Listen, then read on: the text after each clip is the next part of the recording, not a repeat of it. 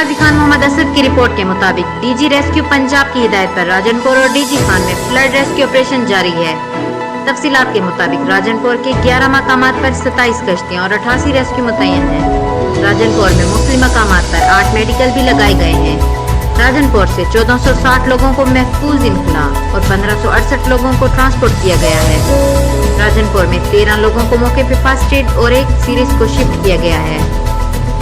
DG Khan में 13 मकामात पर 19 कश्तियां और 225 रेस्क्यू मुतय्यन हैं। डीजी खान में मुख्तलिफ मकामात पर 5 मेडिकल कैंप भी लगाए गए हैं। डीजी खान से 930 लोगों का महफूज इनखला और 2809 लोगों को ट्रांसपोर्ट किया गया है। राजनपुर में 87 लोगों को मौके पर फर्स्ट एड और 9 सीरीज को शिफ्ट किया गया है। डीजी खान में 6 डेड बॉडीज को भी लवाहिकीन के हवाले किया जा चुका है।